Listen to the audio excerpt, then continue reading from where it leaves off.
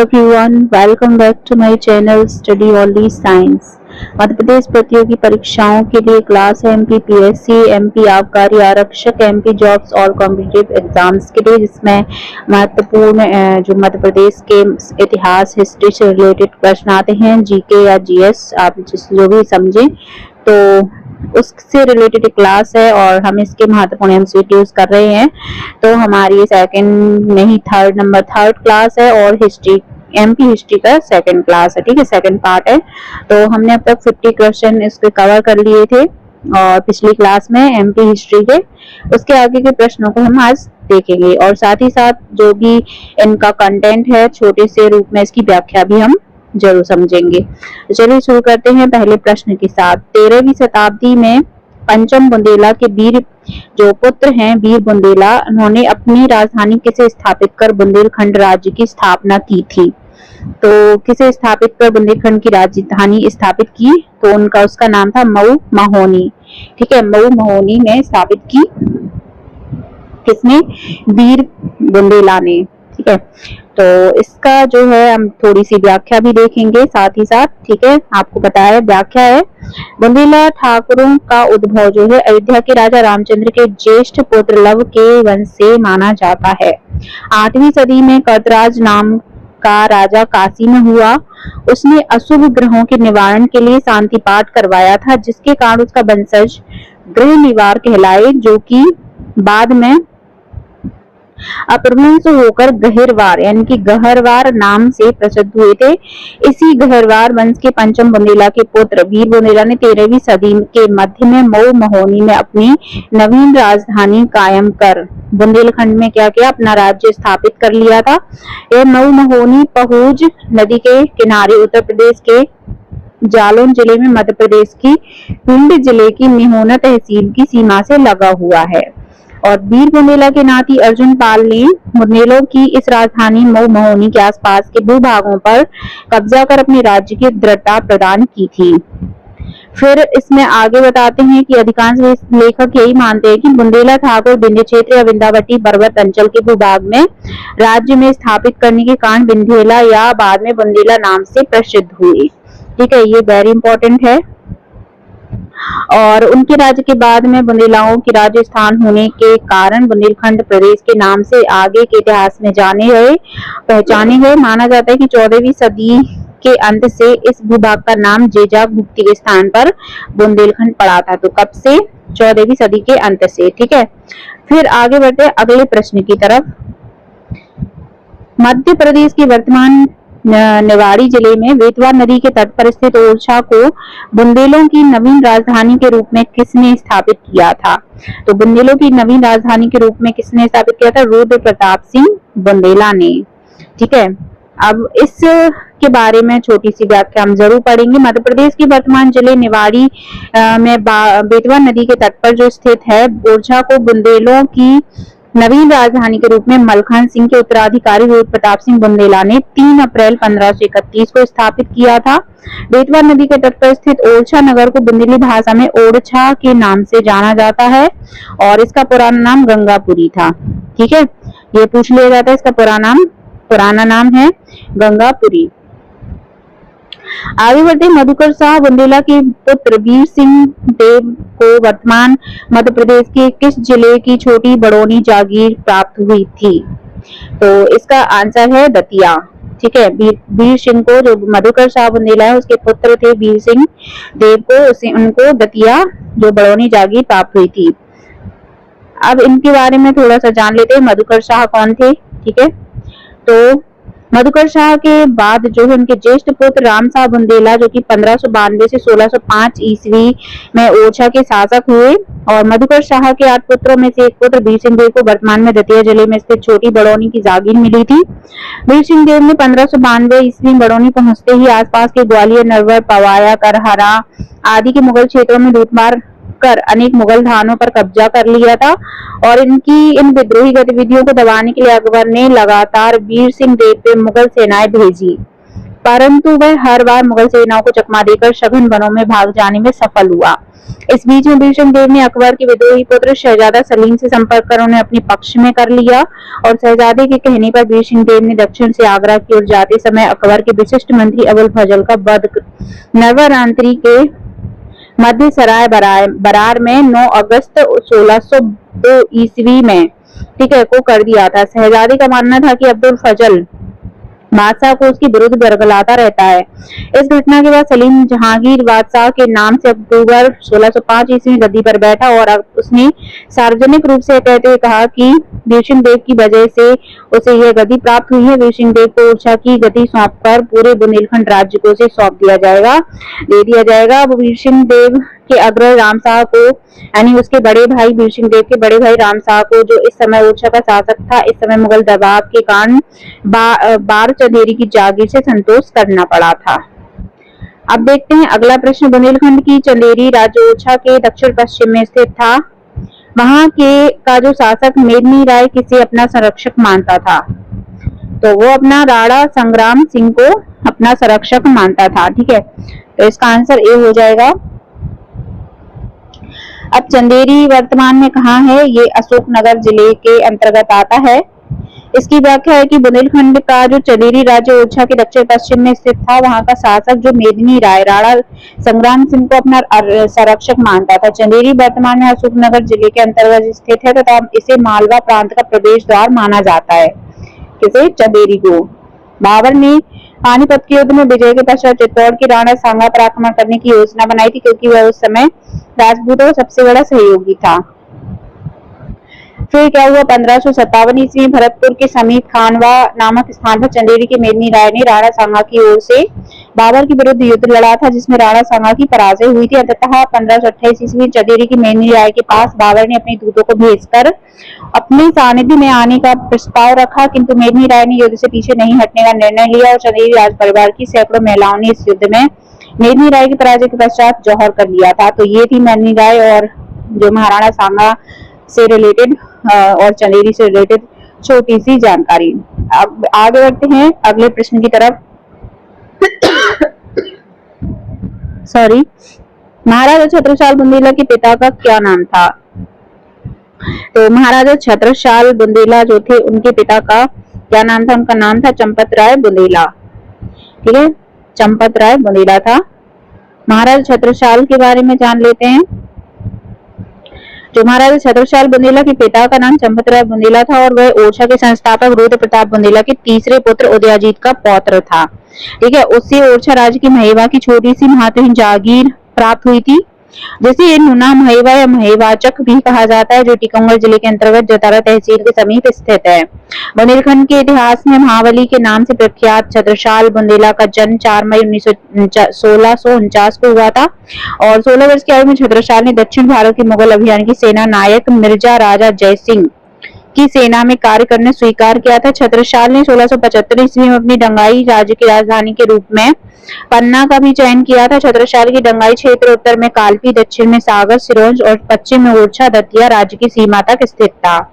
ठीक है, ये वाला उसका सीमा थी। अगला प्रश्न है, मध्य प्रदेश के उत्तर पूर्वी हिस्से के किस क्षेत्र में बघेल सत्ता की स्थापना हुई? तो किसमें बघेल क्षेत्र की सत्ता की स्थापना हुई थी? इसका आंसर है गहोरा। ठीक है, उत्तर पूर्वी हिस्से में बघेल सत्ता की जो गहोरा में स्थापना हुई थी। ठीक है, बी ऑप्शन सही हो जाएगा। अब अगर आपको गहोरा के बारे में, बघेल मूलतः चालुक्य होते हैं, इनके बारे में जानना है तो आप इसको स्क्रीनशॉट ले लीजिए और आप इसको अलग से पढ़ सकते हैं। अगला प्रश्न देखते हैं, राजा बीर सिंह देव की राजधानी कहाँ थी? तो राजा बीर सिंह देव की राजधानी गहोरा थी। ठीक है, गहोरा। अगला प्रश्न है, छोटी सी इस बारे में व्याख्या पढ़ लेते। बघेल राजवंश की जब स्थापना हुई तब राजधानी गहोरा थी तथा व्याघ्रदेव के पुत्र करणदेव का विवाह रतनपुर की है राजकुमारी से हुआ था, जिसमें दहेज के रूप में बांधवगढ़ मिला था। ठीक है, और महाराज करणदेव ने बांधवगढ़ को अपनी राजधानी बनाया था और 1997 ईस्वी तक यही दुर्ग महाराजाओं का निवास स्थल रहा। इस वंश के 14वें शासक बीरम देव जो 1470 से 95 ईस्वी की कैमूर तक राज्य बढ़ाने का श्रेय है। यह दिल्ली में तुगलकों का पतन का समय था। ठीक है, आगे बढ़ते हैं अगले प्रश्न के साथ। पेशवा बाजीराव प्रथम एवं भोपाल के नवाब दोस्त मोहम्मद खान के मध्य युद्ध कब हुआ था? तो इसका आंसर है 15 मई 1723 में हुआ था। अब पेशवा बाजीराव के बारे में जान लेते हैं। 25 फरवरी 1723 को बाजीराव हैं, उन्होंने होशंगाबाद के मार्ग से पुनः मालवा में अभियान करके 15 मई 1723 को भोपाल के नवाब दोस्त मोहम्मद खान को पराजित किया। फिर हैदराबाद के निजाम ने, जो मुगल साम्राज्य का वजीर भी था, गिरधर बहादुर के और अपने संबंधी अजीमुल्लाह को मालवा का नायब सूबेदार नियुक्त कर अपनी जागीर अवध की ओर 7 दिसंबर 1723 को लौटाया था। यानी कि उसने अभी तक मराठे नर्मदा के दक्षिण क्षेत्र व खानदेश में स्थापित उसके हो चुके थे। निजाम ने 1724 ईस्वी में मालवा में मराठों को बाहर निकाल दिया और इसकी योजना की सूचना सम्राट को दी और इस हेतु वह उज्जैन पहुंच गया। फिर दूसरी ओर पेशवा पुनः सतारा से चलकर खानदेश होता हुआ अकबरपुर घाट पर पार करके नर्मदा के किनारे निमाड़ क्षेत्र के बड़वा तक पहुंच गया था और वास्तव में निजामुल्लक जो मुल्क है, इसका नाम है आसफ जहां, इस समय दक्षिण में स्वतंत्र राज्य की स्थापना का प्रयास कर रहा था। आगे बढ़ते हैं अगले प्रश्न में। पेशवा बाजीराव प्रथम तथा किसकी सेनाओं के मध्य पालखेड़ नामक युद्ध जो स्थल पर युद्ध हुआ था? तो इसका आंसर है निजामुल मुल्क के मध्य युद्ध में जो स्थल है पालखेड़, वहां पे युद्ध हुआ था। अगला प्रश्न है, ये युद्ध के बारे में छोटी सी जानकारी दे रही है। अगले प्रश्न पे बढ़ते हैं। दौराहार सराय की संधि हैदराबाद के निजाम व पेशवा बाजीराव के मध्य कब हुई थी? तो इसका आंसर है 6 जनवरी 1738 में हुई थी। बाजीराव प्रथम जो है एवं हैदराबाद के निजाम की मध्य 6 जनवरी 1738 को दौराहा समय शराय में दोनों पक्षों के मध्य संधि हुई थी, जिसके अनुसार पहली संधि थी मालवा प्रदेश यानी पश्चिमी मध्य प्रदेश पेशवा को दिया गया, जिसकी सीमा नर्मदा व चंबल के मध्य क्षेत्र माना जाता है। दूसरी संधि हुई थी निजाम संधि शर्तों को सम्राट से मंजूर करवाने में सहायता देगा और तीसरी थी युद्ध व्यय व अन्य खर्च हेतु बाजीराव को 50 लाख रुपए दिए जाएंगे। दतिया, ओरछा और कुरवाई होता हुआ पेशवा बाजीराव दक्षिण को लौट आया था। आगे बढ़ते अगले प्रश्न में। तो इस प्रश्न में 1842 ईस्वी में ब्रिटिश भू राजस्व नीति के विरोध में हुए बुंदेला विद्रोह का जबलपुर क्षेत्र में नेता कौन रहा? तो इसका आंसर है नेता था हिंदूपत।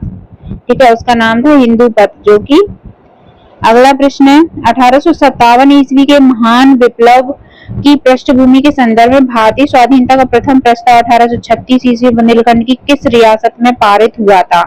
ठीक है, तो ये पारित हुआ था कौन सी रियासत में? इसका आंसर है चरखारी रियासत। ठीक है, ये 1857 की क्रांति स्वाधीनता का प्रथम प्रस्ताव जो है बुंदेलखंड की रियासत चरखारी रियासत में पारित हुआ था और ये वेरी इंपॉर्टेंट है, इसलिए इसे थोड़ा सा हम एक नजर जरूर डालेंगे।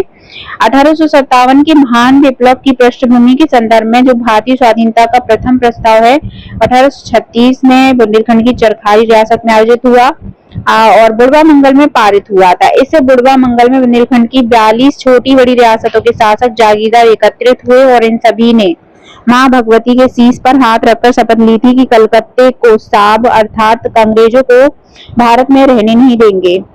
इन सभी ने अपने इस उद्देश्य की पूर्ति हेतु 28 वर्षीय जैतपुर नरेश पारिषद के नेतृत्व में अंग्रेजों के खिलाफ शस्त्र उठाने का फैसला किया और इन सभी राजाओं की जो अपेक्षाओं पर खरा उतरने की खातिर जैतपुर नरेश पारिषद ने नाराहट यानी सागर के पास के मधुकर शाह एवं हीरापुर जो कि नरसिंहपुर के पास है हिरवेश शाह को विद्रोह हेतु प्रेरित किया और 29 मार्च 1857 में बैरकपुर के युवक सैनिक श्री मंगल पांडे ने ब्रिटिश अधिकारियों पर हमला कर बगावत का आरंभ कर दिया। उसे फांसी पर लटका दिया गया। भारतीय सिपाहियों में इसकी कड़ी प्रतिक्रिया हुई और अगले दिन मेरठ में तैनात सैनिकों ने विद्रोह कर दिया था और वह विद्रोह सारे उत्तर भारत और पश्चिम भारत में फैल गया। इस विद्रोह की सबसे बड़ी विशेषता हिंदू मुस्लिम एकता थी। तो ये छोटी सी एक टिप्पणी थी इस बारे में कि प्रथम जो स्वाधीनता विद्रोह हुआ था वो कब हुआ था? 1836 में हुआ था चरखारी रियासत में। आगे बढ़ते अगले प्रश्न के साथ। मध्य प्रदेश में सर्वप्रथम 1857 की क्रांति नीमच छावनी से कब प्रारंभ हुई थी? तो ये कब प्रारंभ हुई थी? 3 जून 1857 को प्रारंभ हुई थी। अगला प्रश्न है 1857 ईस्वी के विद्रोह में महान योद्धा तात्या टोपे को शिवपुरी में फांसी कब दी गई? तो इनको फांसी दी गई थी 18 अप्रैल 1859 को। ठीक है, 18 अप्रैल 1859 को तात्या टोपे को शिवपुरी में फांसी दी गई थी। नेक्स्ट प्रश्न है मध्य प्रांत के अंतर्गत वर्ष 1920 में कांग्रेस का 35वां साधारण अधिवेशन कहाँ संपन्न हुआ था? तो ये नागपुर में संपन्न हुआ था। 35वां साधारण अधिवेशन 1920 में नागपुर में हुआ था। अगला है असहयोग आंदोलन के दौरान महात्मा गांधी का जबलपुर में प्रथम आगमन कब हुआ था? तो ये आए थे 5 मार्च 1921 को। नेक्स्ट है, चलिए इसका थोड़ी सी व्याख्या हम पढ़ लेते हैं। असहयोग आंदोलन के दौरान महात्मा गांधी का जबलपुर में प्रथम आगमन 5 मार्च 1921 को हुआ था। 6 अप्रैल 1921 को छिंदवाड़ा में अपनी पत्नी कस्तूरबा गांधी और शौकत अली को मोहम्मद अली के साथ महात्मा गांधी ने विशाल सभा का आयोजन किया था और महाकौशल क्षेत्र में असहयोग आंदोलन का सर्वाधिक प्रभाव जबलपुर क्षेत्र में था। महात्मा गांधी की शिक्षा संस्थाओं में बहिष्कार के आह्वान के आधार पर जबलपुर में सर्वप्रथम राष्ट्रीय स्कूल, हितकारिणी और गैर सरकारी शिक्षण संस्थाओं में महाकौशल की स्थापना हुई थी। नेक्स्ट प्रश्न, महाकौशल क्षेत्र में 18 मार्च 1923 को जबलपुर नगर पालिका भवन पर राष्ट्रीय झंडा फहराने को लेकर हुए जबलपुर के झंडा सत्याग्रह की अगुवाई किसने की थी? इसका आंसर है सुभद्रा कुमारी चौहान ने की थी। नेक्स्ट प्रश्न है 12 मार्च 1930 को महात्मा गांधी द्वारा साबरमती आश्रम से सविनय अवज्ञा आंदोलन प्रारंभ किया गया था तथा उसके परिप्रेक्ष्य में मध्य प्रदेश के जबलपुर में नमक कानून तोड़ा गया था। तो ये कब तोड़ा गया था? जबलपुर में 16 मार्च 1930 को। नहीं, इसका आंसर है 6 अप्रैल 1930। ठीक है, 6 अप्रैल 1930 को नमक कानून जबलपुर में तोड़ा गया था। नेक्स्ट प्रश्न है वर्ष 1930 में मध्य प्रदेश के सिवनी जिले में जंगल सत्याग्रह की शुरुआत किसने की थी? तो जंगल सत्याग्रह की शुरुआत जो 1930 में स्टार्ट हुई थी वो किसने की थी? तो इसका आंसर है दुर्गा शंकर मेहता ने की थी। अगला प्रश्न चरण पादुका नरसंहार मध्य प्रदेश के छतरपुर जिले में किस नदी के तट पर हुआ था? तो चरण पादुका नरसंहार जो है उर्मिल नदी के तट पर हुआ था, छतरपुर जिले के उर्मिल नदी के तट पर। नेक्स्ट है परतंत्रता को स्वाधीनता बनाने का प्रण करने वाली अखिल भारतीय कांग्रेस का 52वां त्रिपुरी अधिवेशन जबलपुर में कब संपन्न हुआ था? तो इसका आंसर है 29 जनवरी 1939 को संपन्न हुआ था। नेक्स्ट प्रश्न भोपाल राज्य के मूल संस्थापक कौन थे? तो मूल संस्थापक भोपाल का दोस्त मोहम्मद खान को माना जाता है इतिहास में। अगला प्रश्न है 11 नवंबर 1819 को नजर मोहम्मद खान की मृत्यु के पश्चात भोपाल रियासत का शासक किसे नियुक्त किया गया? तो कुदसिया बेगम और यानी कि या गोहर बेगम उनका नाम था, उसे नियुक्त किया गया।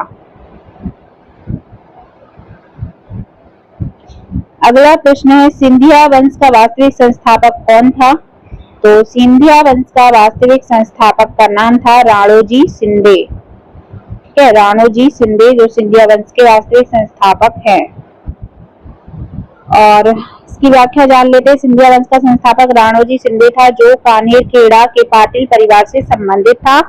1729 ईस्वी में अमझेरा के युद्ध में राणोजी ने वीरता का प्रदर्शन किया था तथा पुणे दरबार से राणोजी को होलकर वंश के समान भागीदारी दी गई, जिसमें उन्होंने उज्जैन, शाजापुर और सुजावलपुर यानी कि शुजालपुर आदि क्षेत्र प्राप्त हुए। 1732 ईस्वी में मालवांचल के विभाजन संबंधी दस्तावेज के अनुसार राणोजी के नियंत्रण में शुजालपुर सुंदरसी था। ठीक है, फिर आगे 1753 ईस्वी में सिंधिया ने अपने अधिकार क्षेत्र में डोगरी, बैराड़ तथा हाटोली को मिला लिया। 1766 ईस्वी में उत्तर भारत की आय के बंटवारे से पेशवा सरकार को 46% तथा होलकर एवं सिंधिया को 21% भाग प्राप्त होता था। वर्ष 1745 में राणोजी की मृत्यु के पश्चात सिंधिया वंश का सबसे प्रतापी राजा महादजी सिंधिया सत्तासीन हुए और जिसने प्रथम आंग्ल मराठा युद्ध में भाग लिया। उन्होंने 1765 ईस्वी में गोहद के जाट लोकेंद्र सिंह से ग्वालियर का किला छीन लिया था। आगे बढ़ते हैं, महारानी लक्ष्मीबाई की सहयोगी झलकारी बाई का विवाह किसके साथ हुआ था? तो झलकारी बाई का विवाह पूरन सिंह के साथ हुआ था। अगला है, चलिए इनके बारे में भी थोड़ा सा जान लेते। झलकारी बाई महारानी लक्ष्मीबाई की सहयोगी थी और उनका जन्म 20 नवंबर 1830 को झांसी के निकट भोजला नामक गांव में हुआ था। उनके पिता का नाम साधोबा सिंह एवं माता का नाम जमुना देवी था। उनका विवाह महारानी लक्ष्मीबाई के तोपची पूरन सिंह के साथ हुआ था तथा अपनी योग्यता, साहस और बुद्धिमत्ता के कारण वह महारानी लक्ष्मीबाई के सहयोगी के रूप में सम्मिलित हो गई थी। नेक्स्ट प्रश्न है, टंट्या भील का वास्तविक नाम क्या था? तो जिसे टंट्या भील के नाम से जानते हैं उसका वास्तविक नाम था टांटिया। अगला प्रश्न है,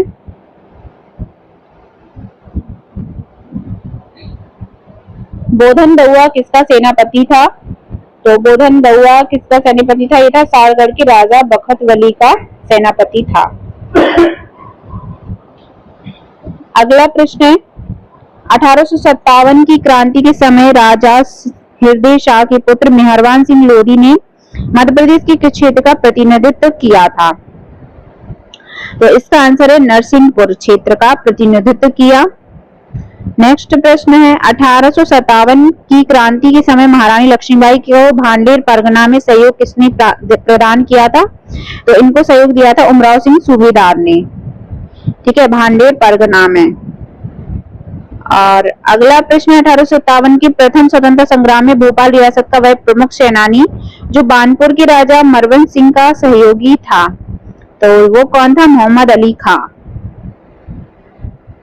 नेक्स्ट है, 1844 ईस्वी में भोपाल रियासत के नवाब जहांगीर मोहम्मद खां की मृत्यु के पश्चात भोपाल रियासत का वारिस सिकंदर बेगम को नियुक्त किए जाने का विरोध किसने किया था?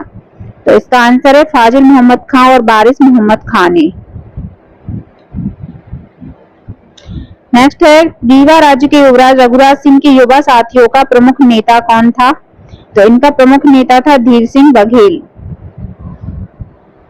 अब रीवा रियासत के बारे में जान लेते हैं। रीवा राज्य के जो युवराज रघुराज सिंह के युवा साथियों के प्रमुख नेता धीर सिंह बघेल था, जिसने 1819 ईस्वी में धीर सिंह बघेल का जन्म रीवा राज्य के ग्राम कछिया टोला यानी कि कृपालपुर सतना में हुआ। और धीर सिंह बघेल 17 वर्ष की आयु में रीवा छोड़कर लाहौर पाकिस्तान चले गए थे तथा वहां उन्होंने पंजाब नरेश रणजीत सिंह के यहाँ नौकरी कर ली थी। रीवा राज्य के प्रमुख अंग्रेज विरोधी नेता धीर सिंह के निर्देश में जुड़े हुए थे तथा धीर सिंह का सीधा संपर्क रीवा राज्य के दीवान लक्ष्मण सिंह और लाल छतर सिंह से आदि से था। आगे बढ़ते हैं अगले प्रश्न में, नाना साहेब पेशवा के सहयोगी एवं ग्वालियर निवासी महादेव शास्त्री को फांसी की सजा कब सुनाई गई थी? तो इनको फांसी की सजा सुनाई गई थी 6 मार्च 1858 को।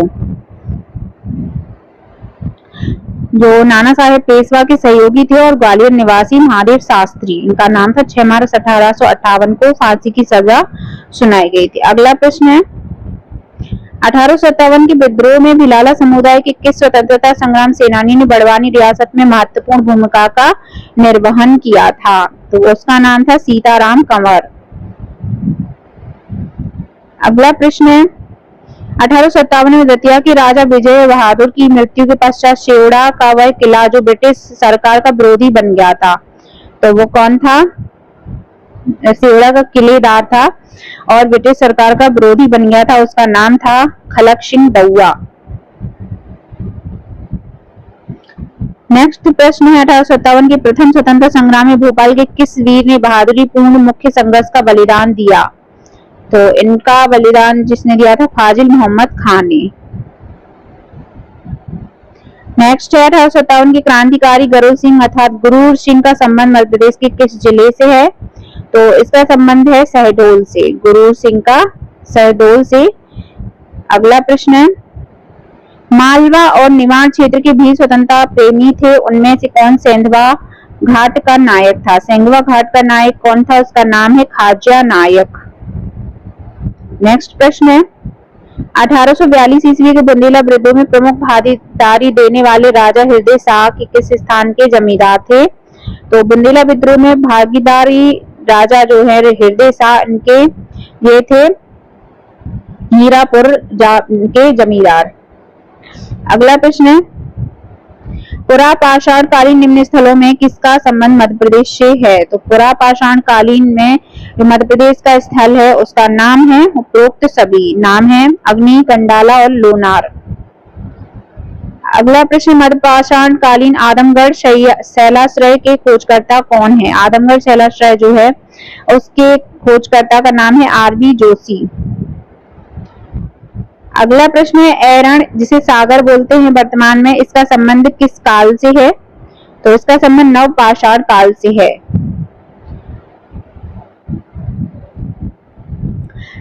इसकी छोटी सी जानकारी, मध्य प्रदेश के सागर जिले में अवस्थित ऐरण का नव पाषाण कालीन संस्कृति के साक्ष्य प्राप्त होते हैं। ऐरण से एक अभिलेख प्राप्त हुआ जो 510 ईस्वी का है। इसे भानुगुप्त का अभिलेख कहते हैं जो भानुगुप्त राजवंश से संबंधित था। यह लेख महाराज भानुगुप्त के अमात्य गोपराज के विषय में है जो उस स्थान पर भानुगुप्त के साथ संभवतः किसी युद्ध में आया और वीरगति को प्राप्त हुआ था। गोपराज की पत्नी यहाँ सती हो गई थी। इस अभिलेख को ऐरण का सती अभिलेख भी कहा जाता है। जबलपुर में नर्मदा नदी के भेड़ा घाट और तिलवारा घाट तथा लमेटा घाट एवं रीवा संभाग के अंतर्गत सोन नदी एवं बनास एवं मोहन नदी से भी नवपाषाणकालीन उपकरणों की प्राप्ति हुई है। दमोह जिले के सिंग्रामपुर घाटी से वर्ष 1866 में नवपाषाणकालीन अवशेषों की प्राप्ति हुई है। आगे बढ़ते अगले प्रश्न में, मध्य प्रदेश के किस जिले में मामा भांजा शैलाश्रय स्थित है? तो उसका नाम है होशंगाबाद जिले में मामा भांजा शैलाश्रय स्थित है।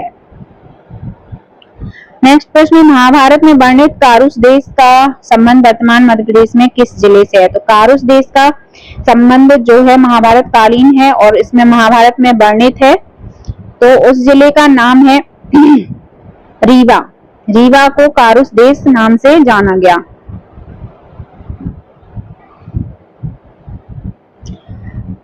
तो इसकी डिटेल जान लेते हैं। महाभारत में वर्णित जो कारुस देश है वहां कारुस वंश के संस्थापक राजा मनु के पुत्र कारुस को माना जाता है। यह क्षेत्र वर्तमान मध्य प्रदेश के बघेलखंड क्षेत्र स्थित रीवा जिले के अंतर्गत आता है।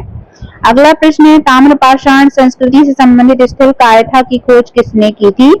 तो कायथा की खोज की थी वीएस वाकड़कर ने।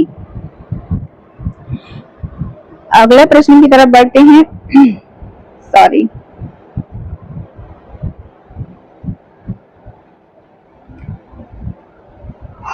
नेक्स्ट प्रश्न है, मध्य प्रदेश के ऐतिहासिक संदर्भ में वर्णित निषाद जाति का उल्लेख प्राचीन काल के किस वंश से है? तो निषाद जाति का जो उल्लेख है वो किस वंश से है? उत्तर वैदिक काल से। किस प्राचीन काल के किस वंश से है?